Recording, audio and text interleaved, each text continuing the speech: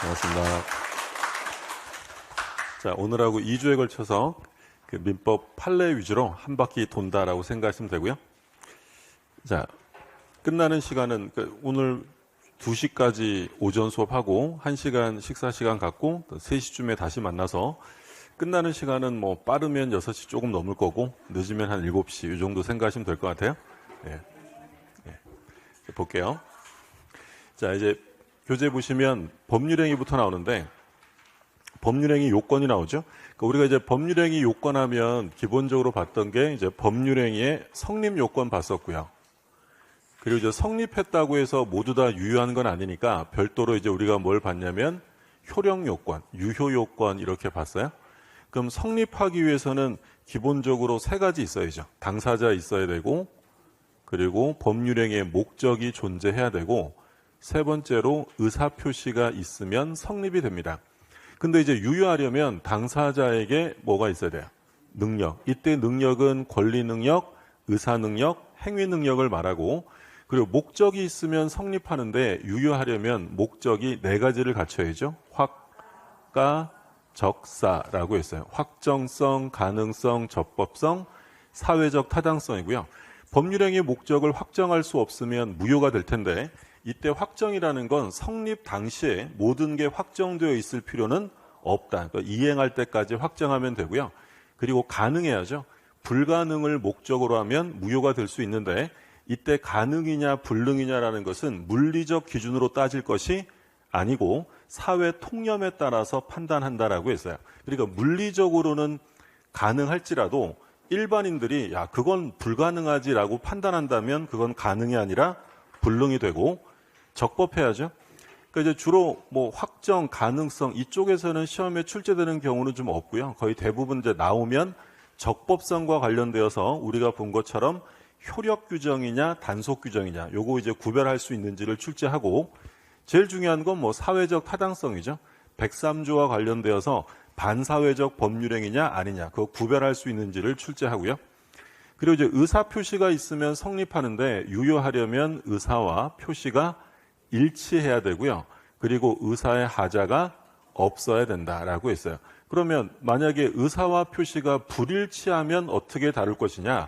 그러니까 의사와 표시가 불일치하는 게 몇 개 있었냐면 3개. 비진이, 통정, 착오. 요 3가지는 불일치고 의사와 표시는 일치하지만 의사의 하자가 있는 게 뭐였어요? 사기강박. 그게 이제 비정상적 의사표시라고 하는 거고 여기까지 끝나면 의사표시는 종결되고 의사표시 제일 마지막에 나오는 게 뭐였냐면 효력 발생. 의사표시 효력은 언제 발생하느냐? 특별한 거 없으면 원칙은 도달주의다. 뭐 이런 것들이 나오는 거죠. 그럼 이제 요건에서 1번 판례 보시면 농취증 나오죠. 농지 취득 자격 증명은 농지매매에서의 효력 요건이냐를 묻는 거죠. 효력 요건이 아니다. 그러니까 농지매매는 농취증이 없어도 계약은 유효하고요. 농취증은 나중에 보완하면 된다라고 했어요. 근데 농취증이 없어도 농지매매가 유효하다는 건 전제 조건이 있어요. 그러니까 이 사람이 나중에라도 농취증을 얻을 수 있어야 됩니다. 여기 2번 판례 보시면 의약품 제조를 목적으로 하는 주식회사. 얘는 뭐 농사 짓는 사람 아니잖아요. 그럼 얘는 농지매매 계약을 체결했다 하더라도 농지매매 증명을 발급받을 수가 없는 사람이에요. 그럼 얘는 농지매매 계약하면 이건 그냥 무효가 될 수밖에 없다라는 판례죠. 비교가 되세요? 그러니까 원래 농지매매에서 농취증이 없어도 유효하다라고 얘기를 하잖아요. 그럼 그건 뭘 전제하는 거냐면 이 사람이 나중에라도 농취증을 얻을 수 있는 사람임을 전제로 하는 거고 아예 농사와 상관없는 것들은 회사잖아요, 회사. 의약품 회사이기 때문에 얘는 나중에도 농취증을 얻을 수가 없는 사람이에요. 그러면 이 사람이 한 농지 매매 계약은 아예 처음부터 뭐가 된다? 무효다라는 판례죠. 자, 그 다음에 목적은 이제 확가적사 우리가 봤잖아요. 확정성 나오는데 매매 목적물과 대금, 그러니까 매매 계약을 체결할 때 목적물과 대금이 반드시 계약 체결 당시에 구체적으로 확정돼야 되는 것은 아니고 나중에라도 사후에라도 확정할 수 있는 기준과 방법이 마련되어 있으면 충분하다라고 했죠. 그래서 우리가 어떤 얘기 했었어요? 아파트 분양 계약할 때 분양 계약 당시에 내가 몇 동 몇 호로 들어가는 건지 확정되어 있는 게 아니다. 그러니까 기준이 있으면 되는 거지 모든 게 다 확정되어 있을 필요는 없어요. 근데 조심하실 점은 매매 계약이 성립하려면 최소한 뭐는 확정돼야 돼? 당사자. 요게 이제 최근 판례죠. 뭐라고 되냐면 여기 이제 똑같은 얘기가 다시 한번 나와 있어요. 매매 계약 체결 당시에 목적물과 대금을 구체적으로 특정할 필요는 없어요. 기준만 있으면 된다 그랬어요. 근데 이제 그 뒤에 나온 게 뭐라고 되냐면 적어도 매매 계약의 당사자인 매도인하고 매수인이 누구인지는 구체적으로 특정되어 있어야만 매매 계약이 성립할 수 있다라는 게 최근의 판례였죠. 그러니까 최소한 매매 계약이 성립되려면 뭐는 확정됐어야 된다고요? 당사자, 매도인과 매수인이 누군지는 특정되어야만 성립할 수 있다. 자, 그럼 이제 강행규정 위반. 우리 판례가 특별한 말 없이 강행규정이다라고 쓰면 그건 뭘 말한다고 했냐면 효력규정이에요. 그러면 뭐 이건 뭐 우리가 가볍게 구별할 수 있는 거잖아요. 효력규정 대표적인 거 지금 뭐 나왔어요? 허가구역. 여기 굵은 글씨 보시면 허가를 받기 전에는 물권적이든 채권적이든 아무런 효력이 없다. 무효. 그러니까 바꿔서 얘기하면 허가구역에서 허가를 받지 않으면 그건 무효잖아요. 그러면 이 규정은 효력규정이다, 단속규정이다. 효력규정이고, 그리고 주무관청 허가 없이 한 기본재산의 처분행위라고 써 있는 거죠. 기본재산을 처분했다. 관할관청 허가 없이 했다라고 하면 이건 그냥 무효다라고 했죠. 같은 얘기로 뭐 있었어요? 사립학교에서 주무관청 허가 없이 학교 기본재산을 처분한 사건이 있었죠. 그럼 그건 유효다, 무효다? 무효. 그러니까 이 재단법인은 제일 중요한 게 뭐라 그랬어요? 제일 중요한 게 재산이에요. 근데 재산을 처분하면서 주무관청의 허가를 받지 않았다면 그건 아예 무효가 된다라고 했고, 자, 3번은 뭐 자주 출제가 됐었죠. 중개 보수 판례인데 법이 정하는 한도를 초과해서 보수를 받기로 하면 전부 무효가 되는 게 아니라 뭐만? 초과 부분은 무효다. 대표적인 효력 규정이고, 그리고 공인중개사 자격이 없는 사람이 이렇게 시작하면 뻔하잖아요. 중개업을 하면서 보수를 받기로 했다. 그러면 이건 효력을 제한하는 강행 규정이다. 근데 여기서 유의하실 점은 중개업이라 그랬어요. 업이라는 게 뭐였어요? 반복적으로 한다는 거지. 그러면 비교했던 건 공인중개사 자격증이 없는 사람이 우연히 1회적으로 한 사건이 있었죠. 그럼 1회적으로 했다면 무효다, 유효다? 유효. 비교 판례, 공인중개사 자격이 없는 자가 우연한 기회에 단 1회 거래를 중개했다면 그건 무효라고 할 것은 아니다라는 게 판례예요. 그래서 둘 다 똑같은 건 자격이 없는 사람인데 반복적으로 했느냐 아니면 우연히 한 번 했느냐를 비교하시면 되고, 그럼 여기 이제 대표적인 효력 규정이고요. 단속 규정은 뭐 가장 시험에 많이 나왔던 건 뭐였냐면 중간 생략 등기죠. 그거 이제 1번 판례. 중간 생략 등기 합의에 관한 사법상 효력까지 무효로 한다는 취지는 아니다. 그리고 구주택법상 전매 금지 규정 위반 행위죠. 전매하지 말라고 했는데 전매했다. 미등기 전매했다면 그 매매 계약 자체가 무효가 되는 건 아니다. 그렇죠? 그래서 사법상 효력은 유효다라고 돼 있고, 최근 들어서 몇 번 나왔던 게 이제 공인중개사의 직접 거래 금지 위반이죠. 공인중개사가 의뢰인이 가지고 온 물건을 자기가 직접 매수하거나 하면 안 되죠. 그 이제 우리 공인중개사법에 나오는 거잖아요. 근데 위반해서 의뢰인이 가지고 온 물건이 너무 마음에 들어서 공인중개사가 사버리면 유효다, 무효다? 유효죠. 뭐 사면 어쩔 거야. 사면 유효지. 그죠? 이게 무슨 반사회적이거나 반도덕적이라고까지 할 수는 없는 거예요. 이건 정책적으로 금지하는 거지 이게 무슨 반사회적 행위는 아니기 때문에 효력 규정이 아니라 뭐냐면 단속 규정. 그리고 이제 나와 있진 않지만 가장 기초적인 건 뭐가 있었어요? 무허가 음식점에서 음식물 판매 행위 또는 무허가 숙박업소에서의 숙박 행위는 효력 규정의 단속 규정이에요. 단속 규정. 그런 것들은 뭐 사법상으로는 유효하다라고 했고, 그럼 이제 확가 적사 중에서 뭐 빠짐없이 매년 시험에 출제되는 건 103조죠. 얘는 뭐 매년 시험에 나온다고 생각하시면 되고, 그 선량한 풍속이나 기타 사회 질서의 위반 사항을 내용으로 한다면 그 법률 행위는 무효예요. 근데 바로 뒤에 746조가 나와 있죠. 그러니까 일반 무효면 돌려받을 수 있지만 사회 질서에 반해서 무효면 돌려받을 수 없다. 그걸 이제 우리가 뭐라고 불렀어요? 불법 원인급여라고 불렀죠. 사회질서라는 개념은 고정되어 있는 개념이 아니라 부단히 변천하는 가치관념이다. 그러니까 옛날이랑 지금이랑 사회질서가 동일 개념은 아닌 거고요. 그럼 시간이 지나면서 우리 판례가 반사회적이 아니다라고 했던 게 반사회적으로 변할 수도 있는 거죠. 그러면 판단 시점은 언제가 기준이라고 했어요? 법률행위, 계약시를 기준으로 판단한다라고 했어요. 행위시 기준. 그 다음에 2번 보시면 표시되거나 상대방에게 알려진 법률행위 동기가 사회질서에 반하는 경우. 그러니까 이건 우리가 줄여서 뭐라고 불렀냐면 뭐가 불법이라는 거야? 동기. 동기의 불법을 말하죠. 그러면 법률행위 내용에는 문제가 있다는 거예요? 내용에는 문제가 없는 거야? 내용에 문제가 없는 거죠. 내용이 아니라 법률행위를 하게 된 연유, 동기가 반사회적이란 얘기야. 그러면 동기가 사회질서 위반이면 원칙적으로 그 계약은 유효다, 무효다? 원칙은 유효죠. 왜? 내용에 문제가 없잖아요. 계약은 원칙은 유효. 근데 언제 무효가 된다? 불법 동기가 표시되거나 또는 상대방에게 알려진 경우, 이때는 무효가 된다라고 했죠. 그러니까 우리가 이제 뭐 많이 들었던 예가 뭐예요? 예를 들어 제가 도박장을 하나 할까 해서 어떤 부동산, 집을 임대차 합니다. 그러면 제가 임대차 계약서 쓸 때 계약 내용에는 문제가 있어요, 없어요?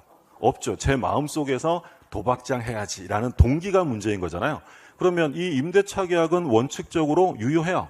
근데 이제 언제 무효가 되냐면 제가 도박장 하겠다는 동기를 상대방에게 표시하거나 또는 표시되지 않았어도 알려졌다면 그때는 무효가 된다라는 얘기죠. 그러면 지금 2번에 보시면 표시가 되거나 또는 상대방에게 알려졌다면 동기가 사회질서에 위반하면 유효라는 거예요? 이젠 무효라는 거예요? 이젠 무효가 되는 거지. 표시되었거나 알려지면 불법 동기 무효다. 그 다음에는 이제 뭐 지금쯤이면 우리가 다 암기하고 있는 것들이죠. 핵심을 딱 봐가지고 반사회적이냐 아니냐. 전통사찰 주지 나왔어요. 반사회적이다 아니다. 아니죠. 주지 임명행위 반사회적 아니고요.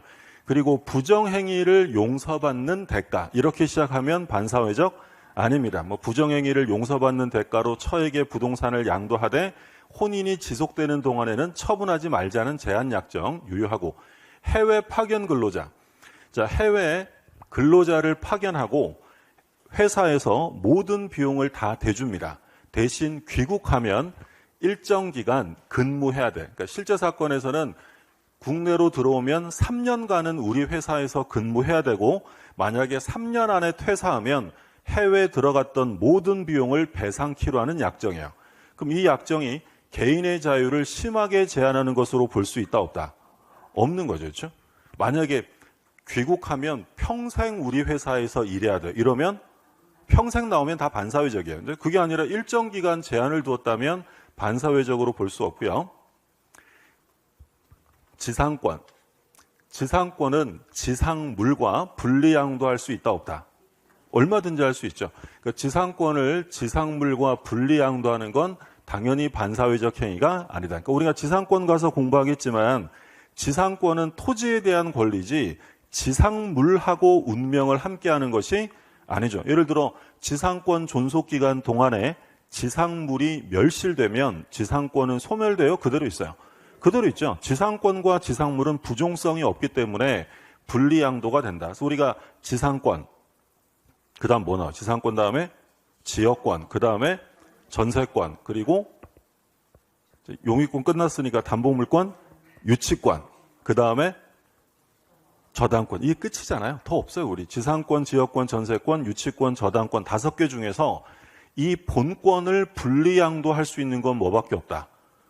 지상권밖에 없어요. 지역권 분리양도 돼요? 지역권은 뭐랑 부종성이 있는 거예요?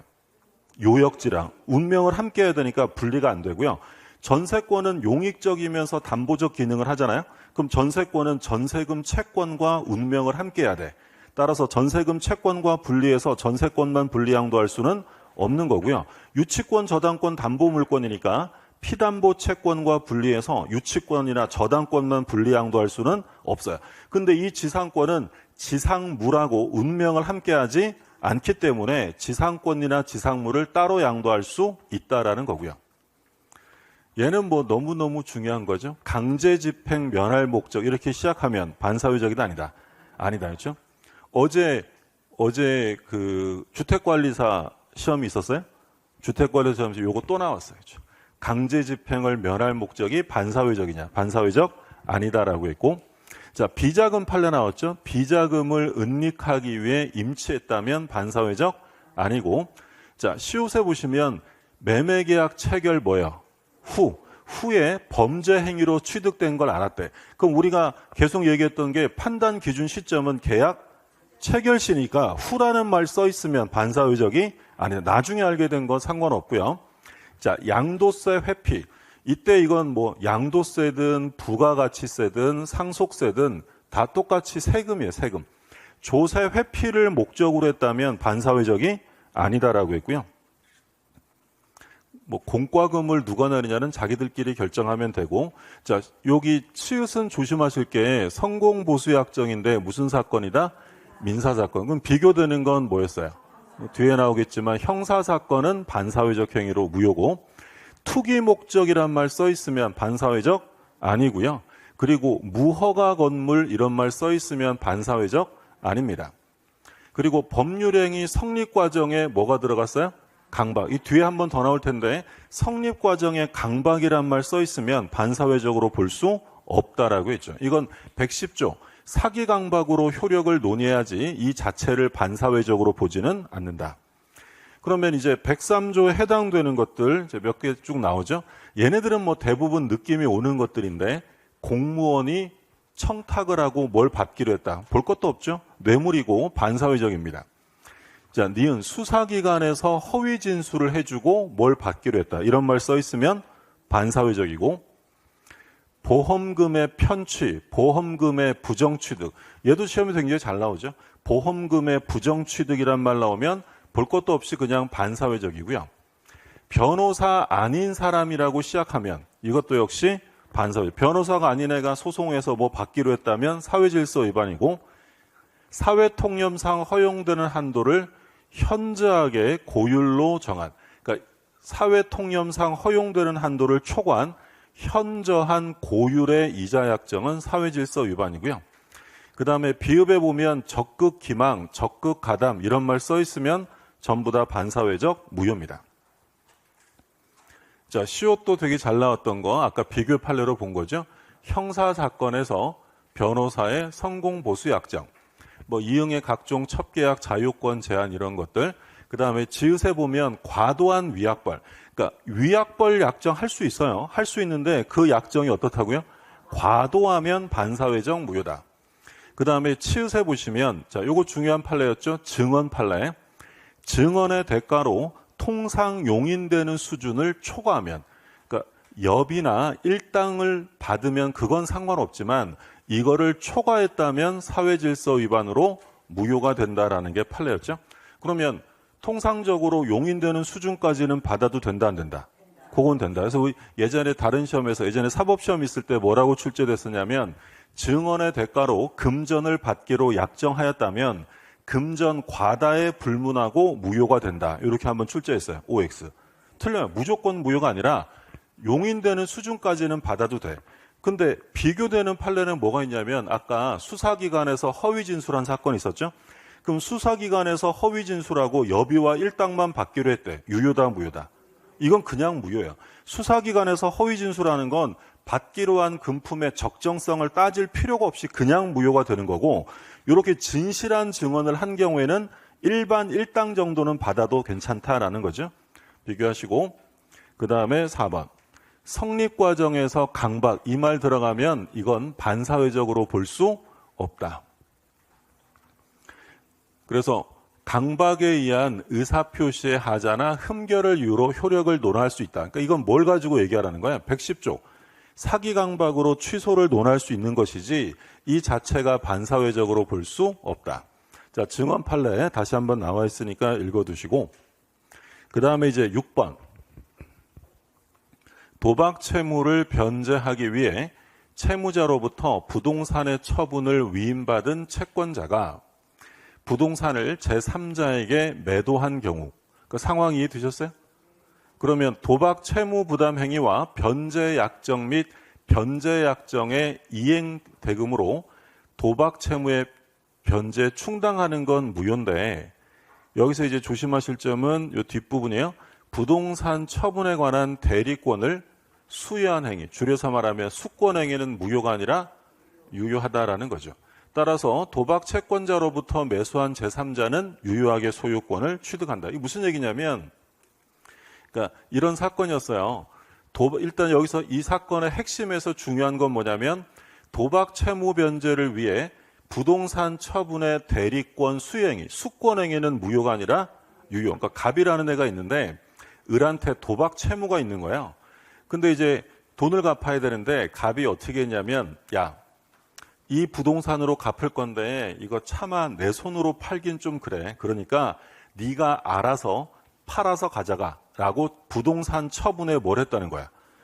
대리권을 수여한 거야. 처분 대리권. 그럼 이제 대리권을 받아서 얘가 이 부동산을 병에게 처분했을 때 문제는 이 수권행위가 유효냐 무효냐라는 게 문제된 사건이에요. 그럼 결국 도박비 변제에 대한 수권이니까 이것도 반사회적 무효다라고 보는 견해도 있고, 이건 별도로 수여된 대리권이기 때문에 상관없으니까 얘는 유효다라고 보는 견해도 있는데, 우리 판례는 뭐로 보겠다는 거야? 수권행위는 유효로 보겠다는 거야. 그러면 얘는 정당한 대리권을 가지고 한 거죠. 그럼 이 처분도 유효다 무효다? 유효. 그럼 수권행위와 처분행위는 유효가 되고요.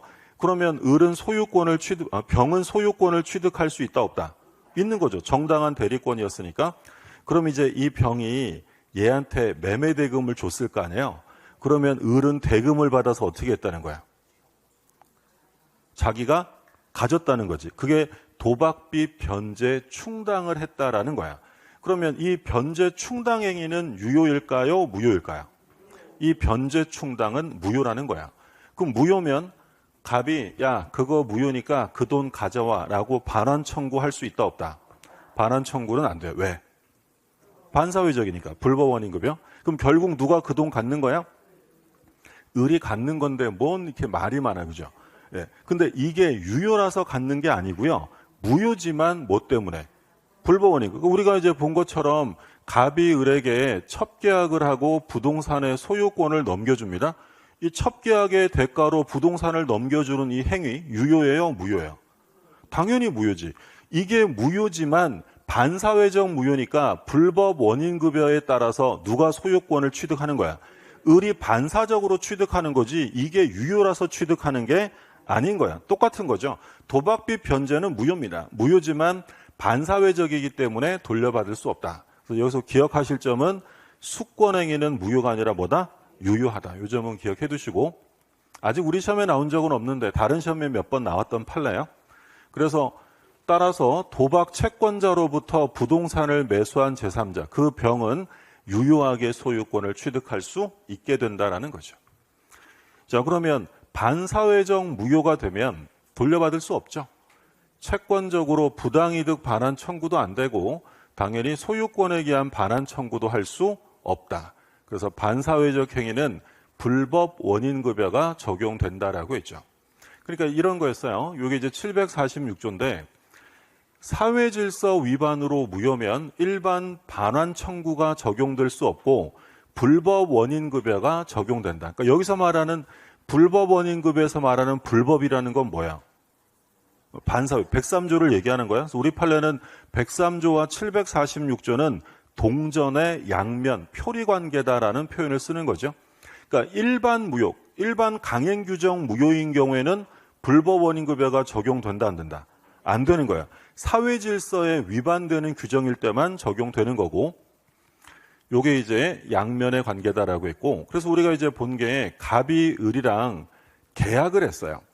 계약을 하고 소유권을 넘겨줬는데 나중에 봤더니 그 계약이 무효래요. 그러면 누가 소유자? 이게 무효면 갑이 을에게 돌려받는 게 원칙이란 말이에요.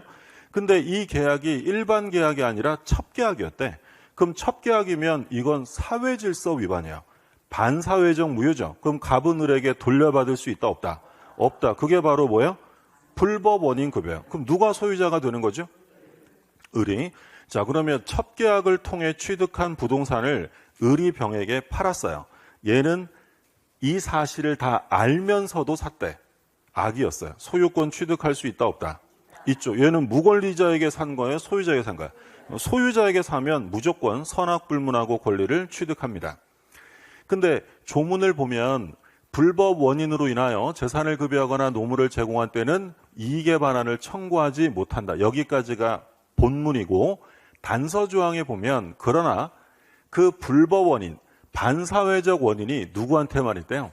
수익자, 이득 본 사람에게만 있는 거고 준 사람은 피해자다. 그럼 피해자는 돌려받을 수 있어요, 없어요? 있는 거예요. 그래서 이 불법 원인 급여에서 본문에서는 반환 청구를 금지하고 있지만 단서조항에서는 피해자는 반환 청구할 수 있다. 그러니까 이런 사건이 있었죠. 갑이랑 을이 소비대차 계약, 돈 빌려주는 계약을 했는데 이자를 연 1200% 이자 약정을 했어요. 그러니까 을이 이거 너무 심한 거 아니야? 이자는 일단 2달치를 냈는데 너무 심한 거 아니야? 라고 소송을 제기했더니 우리 법원이 뭐라고 했냐면 사회통념상 용인할 수 없을 정도의 현저한 고율의 이자 약정은 사회질서 위반으로 무효다라고 판시합니다. 자, 그럼 이제 문제는 앞으로는 이 터무니없는 이자를 줄 필요가 없어요. 근데 문제는 뭐냐면 이미 준 게 있잖아.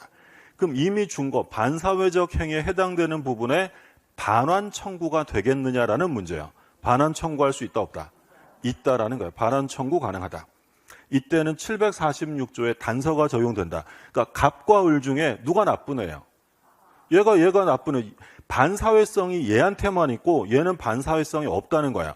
그러면 불법의 원인이 수익자, 이득 본 사람에게만 있으면 반환을 청구할 수 있다라는 거죠. 그게 이제 단서 조항이 적용된다. 그래서 판례 보시면 요 8번이 지금 그 얘기예요. 여기 보시면 터무니없는 이자를 준 사건에서 차주면 채권자예요, 채무자. 채무자는 그 이자 반환을 청구할 수 있다라는 거야. 현저한 고율의 이자 약정은 반사회적 무효지만 피해자는 돌려받을 수 있다. 그래서 화살표에 보시면 746조 단서가 적용되어 반환 청구할 수 있다. 그래서 피해자에게는 반환 청구 가능하다라는 점.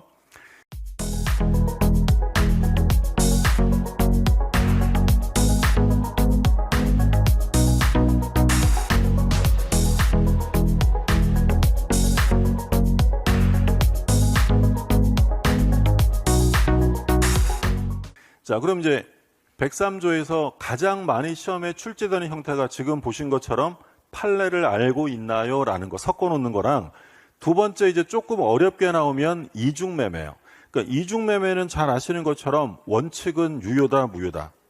원칙은 유효한 거죠. 그러니까 예를 들어서 갑이랑 을이 매매 계약을 했고요. 제1매매가 있고 갑이 이중으로 병에게 매매를 했어요.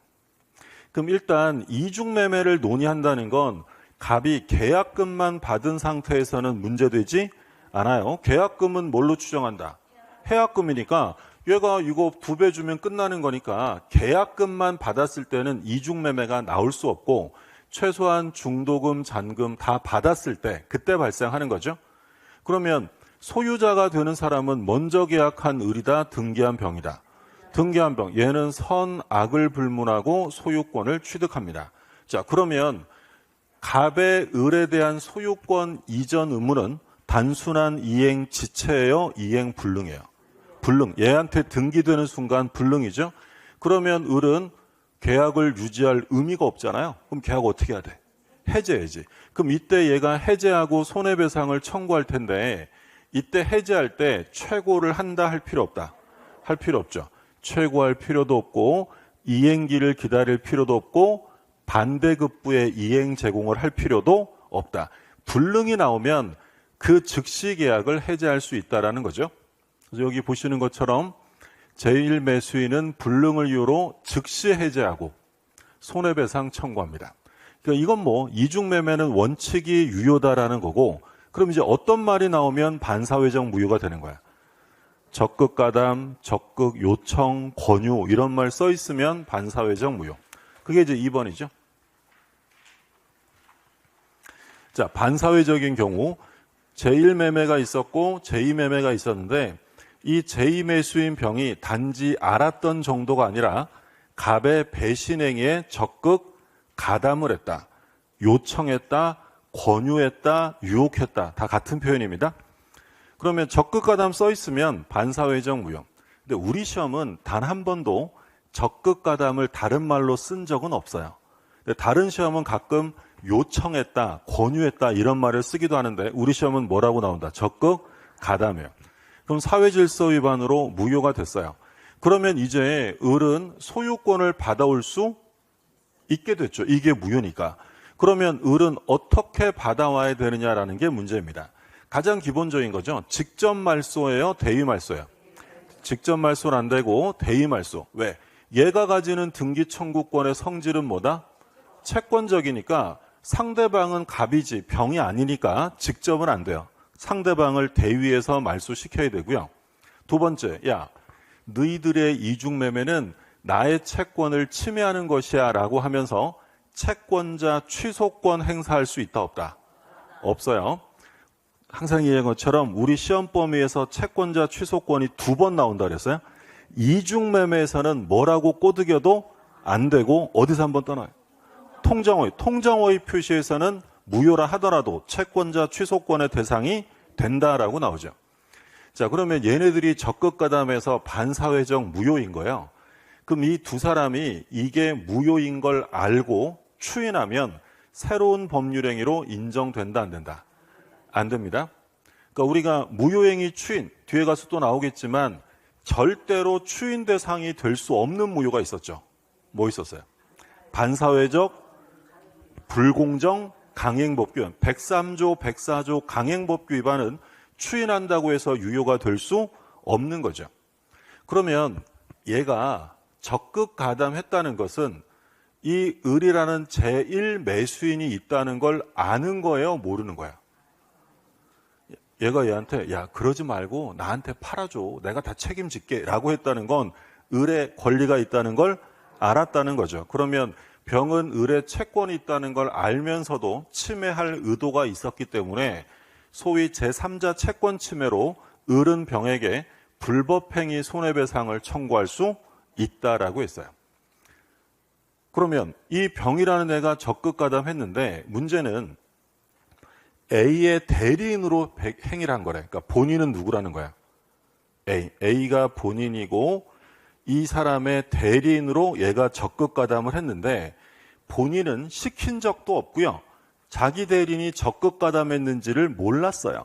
그러면 본인은 소유권 취득한다, 못한다? 못합니다. A가 몰랐다 하더라도 무효. 116조 1항에서 대리인이 법률행위라면 표준이 되는 사람은 누구야? 전부 다 대리인이야. 그러니까 결국 누구든지 간에 적극 가담 써 있으면 그냥 반사회적 무효다라고 생각하시면 되고요. 전부 다 대리인 기준인데 본인 기준이 하나 있잖아요. 그게 뭐였어요? 궁박. 불공정행위에서 궁박 빼고 나머지는 전부 다 대리인입니다. 자, 그럼 마지막으로 병이 정에게 팔았는데 이 정은 병이라는 애가 적극 가담했다는 걸 몰랐대요.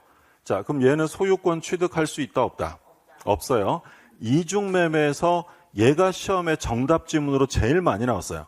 얘가 소유권을 회복할 수 있기 때문에 이건 반사회적 무효 등기고 그러면 무권리자에게 산 정은 소유권을 취득할 수 없다라는 게 결론이죠. 그러면 이중매매는 매매에서만 적용되는 게 아니라 뭐 저당권이든 뭐 명의신탁이든 취득휴든 다 똑같아요. 어떤 말만 써 있으면 그냥 볼 것도 없다. 적극 가담 써 있으면 내용을 읽어볼 필요 없이 그냥 103조 무효입니다. 그러면 무효가 되는 경우에는 반사회적 행위로 무효라고 하기 위해서는 이중양도를 알았다는 것만으로는 부족하고 배임행위에 적극 가담해야 무효가 되고요. 자, 절대적 무효죠. 절대적 무효니까 제3자는 선이라 하더라도 권리 취득할 수 없습니다. 그러니까 우리가 항상 이중매매에서 정 나오면 얘는 취득한다 못한다? 못하는 거고요. 무효행위 추인 규정이 적용될 수 없다. 103조, 104조 강행 규정 위반은 추인한다고 유효가 되지 않습니다. 자, 3번에 이중매매가 무효인 경우에 제1매수인, 을의 권리죠. 그럼 얘는 등기 말소시켜야 되잖아. 어떻게 말소시켜요? 대위에서 말소를 청구할 수는 있지만 직접 말소를 구할 수는 없다. 채권적인 거고. 그리고 2번에 보시면 채권자 취소권은 행사할 수 없어요. 그러니까 채권자 취소권은 언제 하는 거냐면 피보전 권리가 금전 채권일 때 하는 거야. 돈 받을 거 있는 사람만 하는 거고 등기 청구권은 돈이 아니잖아요. 그래서 채권자 취소권 안 되는데 판례를 쭉 쓰다 보니까 왜 안 되는지 이유가 적혀 있는데 이유는 시험에 안 나옵니다. 채권자 취소가 되냐 안 되냐만 기억하시면 돼요. 이중매매에서는 뭐라고 꼬드겨도 무조건 안 되는 거예요. 자, 그리고 을은 병에게 불법행위 손해배상 청구할 수 있다. 확대 적용이라는 건 뭐 취득시효든 명의신탁이든 어떤 말이 다 써 있어요. 적극가담, 적극가담, 적극가담, 적극가담. 이건 뭐 다 이중양도 법리는 다 적용되니까 적극가담했다는 말 써 있으면 다 무효라고 생각하시면 되고요. 자, 그 다음에 이제 불공정행위입니다. 103조의 일부죠. 104조는 독립된 규정이 아니라 수많은 반사회적 행위 중에 하나의 예를 들어둔 규정이다. 그러니까 104조는 결국 어디 안에 포함되는 거야? 103조 안에 있는 거고 그 내용은 당사자의 궁박, 경솔 또는 무경험으로 인하여 현저하게 공정을 잃은 법률행위는 무효로 한다. 그럼 불공정행위는 뭐 크게 복잡하거나 이런 내용이 아니라 거의 뭐 정형적으로 출제되는 패턴은 다 정해져 있어요. 그러면 2번 보시면 현저한 불균형이라는 것은 언제가 기준으로 판단된다? 법률행위 시. 이행기가 아닙니다. 이행기라고 써 있으면 틀리는 거고 계약시를 기준으로 판단하고요. 그리고 당사자의 주관적 가치가 아니라 뭐다? 객관적 가치. 이거 주관적 가치로 가끔 바꿔서 출제하니까 구별하시고요. 3번에 보시면 궁박, 경솔, 무경험 세 가지를 모두 갖춰야 되는 건 아니죠. 셋 중에 하나면 된다.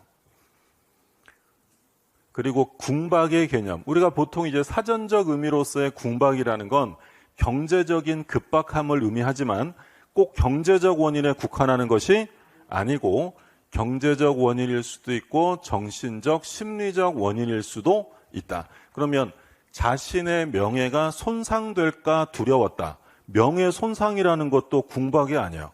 궁박인 거죠. 정신적 궁박에 포함되고 그리고 궁박, 경솔, 무경험 상태에 있다 하더라도 상대방이 알면서 이를 이용하려는 의사, 즉 폭리행위의 악의가 없었다면 불공정행위는 성립하지 않습니다. 그러니까 불공정행위가 성립하려면 이 사람 궁박한데 라고 알았다, 인식했던 것으로 충분하다는 거예요. 이용 의도가 있어야 돼.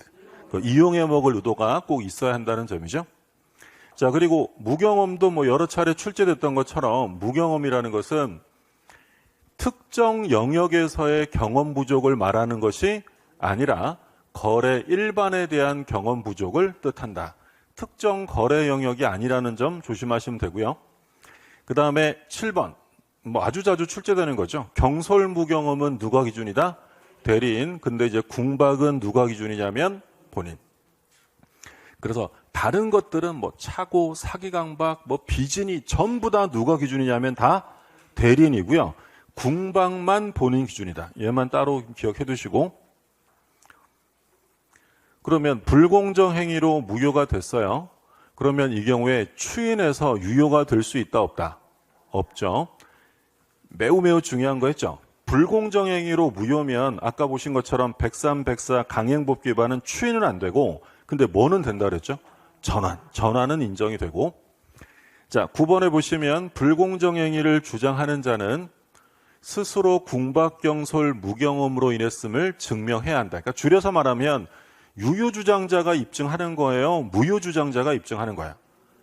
무효주장자. 그러니까 이러한 요건들은 불공정 행위의 요건들은 추정되지 않습니다. 추정되지 않기 때문에 무효를 주장하는 사람이 입증해야 한다. 그러니까 우리가 항상 얘기했잖아요. 아까 성립요건이랑 효력요건 나눠서 봤어요. 존재, 성립이라는 게 바로 존재죠. 존재 사실은 존재를 주장하는 사람이 증명해야 돼요? 부존재를 주장하는 사람이 증명해야 돼? 그러니까 있다라고 주장하는 사람이 있음을 입증해야 될까요? 없다라고 주장하는 사람이 없음을 증명해야 될까? 있다라고 주장하는 사람이 입증하는 거야? 없는 걸 없다고 증명하는 건 정말 어려운 거야. 없는 걸 어떻게 증명할 거야? 그러니까 존재에 관한 다툼이 생기면 존재한다라고 주장하는 사람이 증명하는 거야. 그럼 존재가 증명됐어요. 그러면 이 성립된 것들은 원칙적으로 유효가 원칙이었어요? 무효가 원칙이에요? 성립이 됐으면 유효가 원칙이지. 그러면 무효나 취소에 관한 다툼이 생기면 유효 주장자가 입증하는 거예요? 무효 취소 주장자가 입증하는 거예요? 무효 취소 주장자가 하는 거야. 그러니까 입증 책임은 이게 기본이에요. 존재는 주장자가 입증한다. 그래서 우리 조건에서 정지 조건이 있는지 없는지에 관한 다툼이 생기면 정지 조건이 없다고 주장하는 사람이 증명해요? 있다고 주장하는 사람이 증명해? 있다고. 우리 근저당권에 가면 근저당권을 성립시키는 기본계약이 있잖아요. 그러면 근저당권에 있어서의 법률행위, 기본계약에 다툼이 생기면 있다고 주장하는 사람이 증명해요? 없다고 주장하는 사람이 증명해? 있다고. 전부 다 존재 사실을 주장하는 사람이 증명하는 거야? 그러면 유무효에 관한 다툼은 다 뭐라고 생각하시면 돼요? 무효나 취소 주장자가. 그러니까 결국 불공정행위가 성립이 됐단 말이에요. 그러면 효력 여부는 누가 증명해야 된다? 유효 주장자예요? 무효 주장자예요? 무효 주장자지. 똑같아요. 그래서 불공정행위를 주장하는 자, 그러니까 무효 주장자가 스스로 궁박, 경솔, 무경험 이런 요건들을 입증해야 한다는 거고요.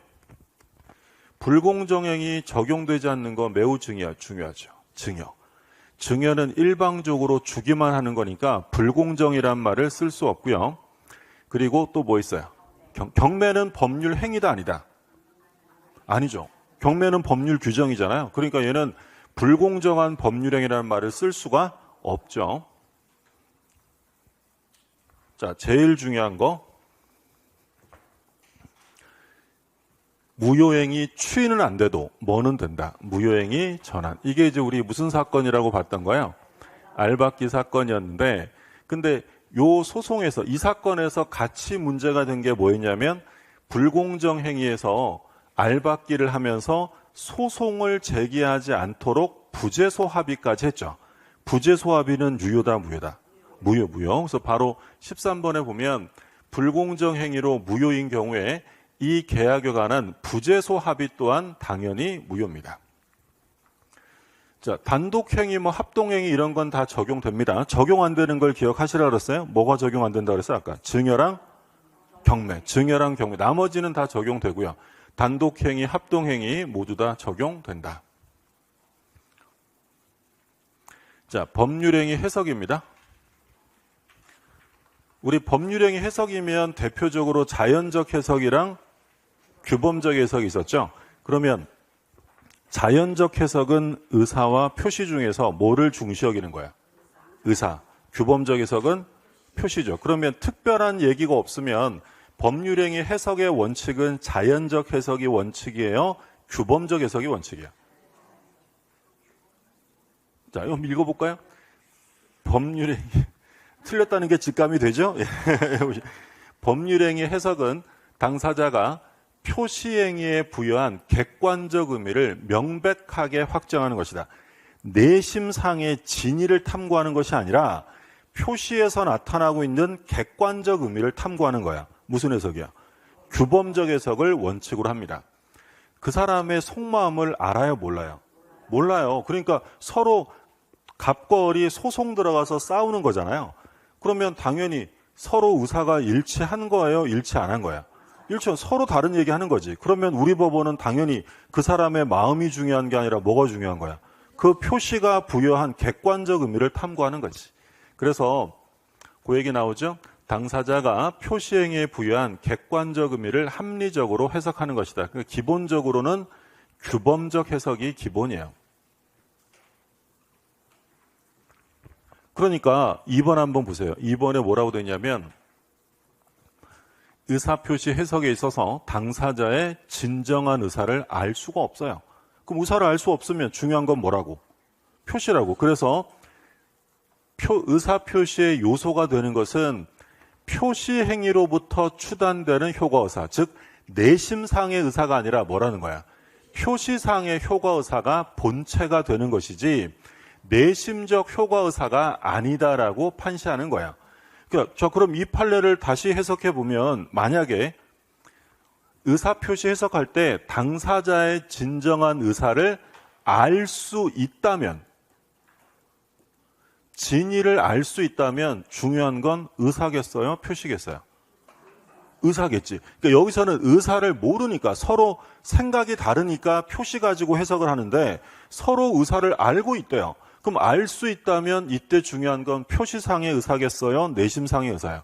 이때는 내심상의 효과의사가 본체가 되는 거야. 근데 소송 들어왔다는 건 서로 의사를 알지 못했다고 싸울 거 아니야. 그럼 어쩔 수 없지. 그때는 표시행위의 객관적 의미를 부여하는 거고요.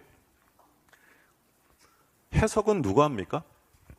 법원이 하는 거야. 그래서 매매계약서에 계약사항에 이의가 생기면 매도인의 해석에 따른다라고 특약을 한 거야.